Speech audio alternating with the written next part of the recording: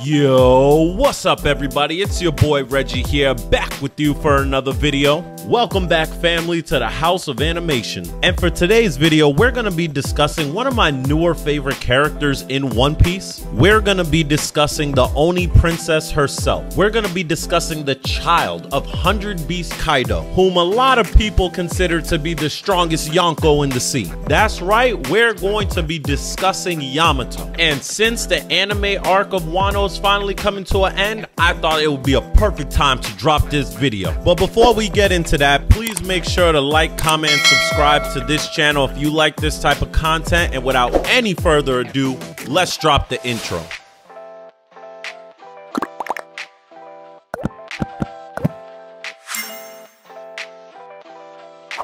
So when I say Yamato is one of my newer favorite characters in One Piece, I mean that shit. I love everything about her. I like the way she was introduced. I like her aesthetic and the fact that she's basically a recreation of Odin and what his dream was. I think we got a lot of cool moments from Yamato being the new quote-unquote Odin, just like Luffy's the new quote-unquote Roger. I like her powers and abilities, and overall I like her personality. I think Yamato is a dope character and would have been an amazing addition to the Straw Hat Pirates. But as we all know, unfortunately, Yamato didn't join the Straw Hats. But a lot of people wonder, where would Yamato rank if she did join the Straw Hats? And where she would rank would obviously be within the Monster Trio. So the real question isn't where would she rank in the Monster Trio, it's if Yamato is stronger than Zoro and Sanji. And honestly, I'm not even gonna waste no time with y'all. I'm just gonna say it straight out, flat out right now. I do not think at this current point in the story where the Straw Hats are at Egghead, I do not think Yamato is stronger than Zoro and Sanji. Y'all know how I am, House Fam. Just because you may love a character does not mean you can't be objective. So to start off, let's start with Yamato's Devil Fruit. Yamato has the mythical dog fruit motto Makami. And the Makami is basically the guardian deity of Wano, basically making her a giant wolf with the ability to have ice powers. And as we know, when it comes to Zoan fruits, it increases your physical stats, strength, speed, endurance. It increases all of that. But with the mythical Zoan fruit, it also gives you an extra added ability. And in this case, that would be ice abilities. And I could say right now, I love Yamato's mythical fruit. That shit is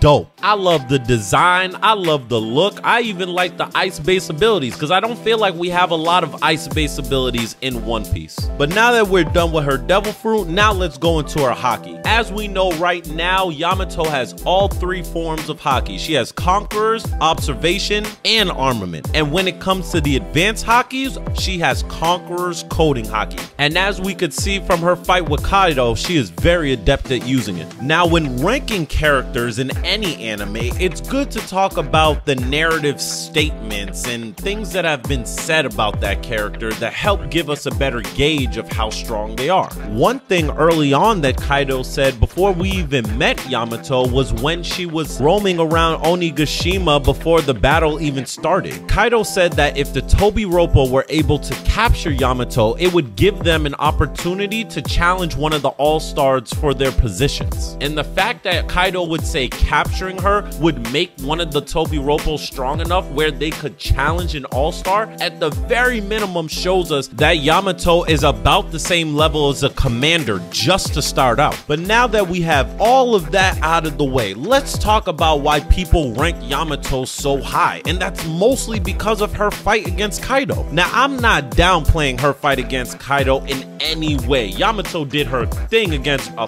fucking Yonko of the sea, but I think it's very very important to put that fight into context, especially when you're gonna start talking about where she ranks in the monster trio. So to start off, the greatest misconception between Kaido versus Yamato is that Kaido was going all out against her. I know Kaido stated at the beginning of the fight that he wasn't gonna hold back. I know Yamato said that, oh my god, Kaido's really trying to kill me. But there are numerous pieces of evidence showing that Kaido wasn't going all out, and numerous pieces of evidence after their fight showing that he wasn't going all out. From the very beginning of the fight, Yamato knew that she couldn't beat Kaido. She said from the beginning that she was stalling and holding him at bay until Luffy came back. And you can see throughout the manga and the anime that Yamato was playing defense the entire time. There was really only 2 points where Yamato hit Kaido and it felt like he actually felt something. There was one point where she hit him and then he was down on his knees, but then came right back up to attack her. And then another point when they both hit each other with their Thunder Bagaras, and then she was able to draw a little bit of blood from Kaido. And even with that, the only reason Yamato was able to match him was because she coated herself in ice in addition to the Thunder Bagara just to match his strength. And then Yamato says herself that she wasn't even close to his. And with that, we did not see Yamato have any real strength feats that were able to match against Kaido. If anything, the greatest thing that Yamato did in this fight is show off her defense and endurance. She was able to match a Yonko relatively, even though he wasn't going all out. She was able to match him for 12 chapters until Luffy came back. And I will never downplay that. Her defense and endurance is crazy, and it really shows off the powers of her mythical fruit and that of a Zoan. But still, we have to put this battle in context. When Luffy came back, Kaido said Luffy was the only person who was able to truly fight him as an equal. And this is right after he fought Yamato. Not to mention that Luffy was in base when he said that. Now, Luffy was obviously getting stronger as Wano goes on, but that's just showing that Luffy in base was stronger than Yamato in her hybrid form. Now, technically that's base plus all his different forms of haki, but it's still base. And other areas where we can show that Kaido really wasn't taking Yamato seriously was number 1, he wasn't drunk,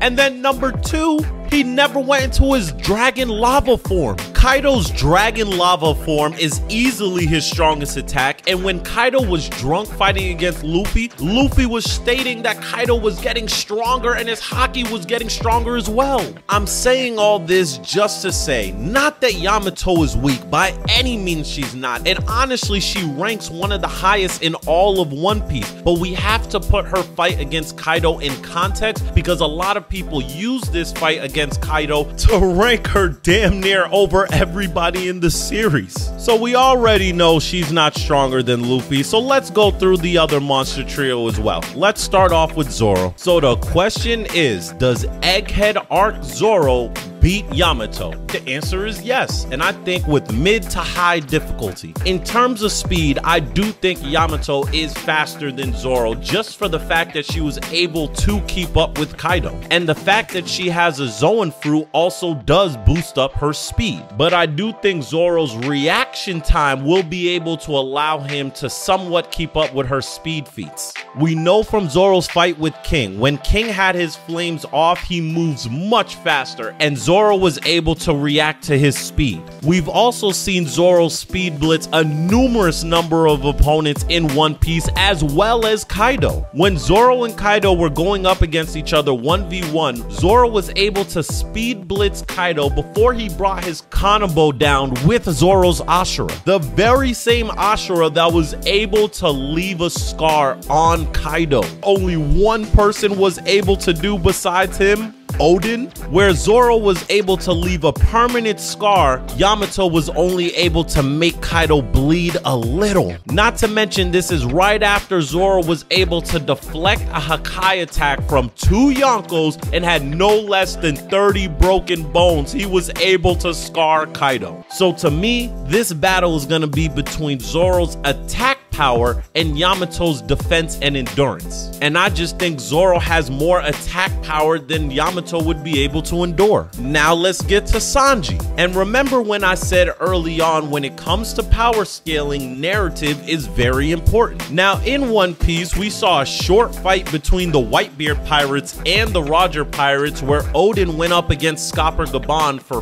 4 days, and it looked like their fight was relatively even. So if Yamato is supposed to be Oden, wouldn't Sanji be Scopper Gabon as the 3rd strongest person in the crew, making them somewhat even? But I know, that's just narrative. Let's use a little bit more facts into it. Yamato being a mythical Zoan fruit, we already know that she has amazing defense and endurance. You know who else has amazing defense and endurance? Maybe the enhanced superhuman Sanji Vinsmoke? The very same Sanji who is confirmed to have the hottest flames in all of One Piece. Sanji's new blue Infrajambe is confirmed to be hotter than King and Akainu's fire. It is also confirmed that Infrajambe also increases Sanji's speed as well as his attack power. So I'm very comfortable in saying that Sanji's faster than Yamato. Let's not forget that when Queen was actually invisible, Sanji was moving so fast that he thought Sanji turned invisible too. So Sanji's much faster than Yamato. Sanji's defense and Yamato's defense, you could say, are relatively even, but the fact that Sanji has armament haki, an exoskeleton, and flames hottest in the series, hotter than a magma man and King's fire, I think I'm very comfortable in saying that he probably has a higher attack potency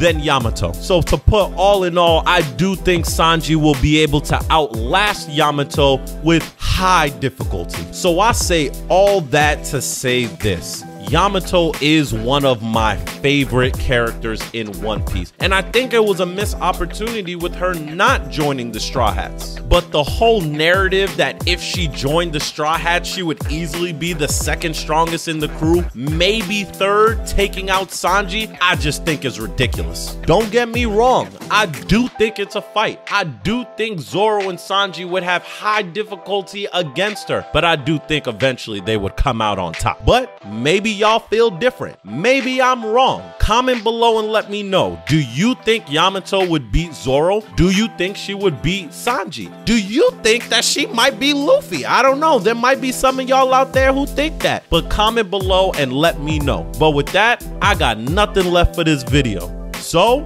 peace.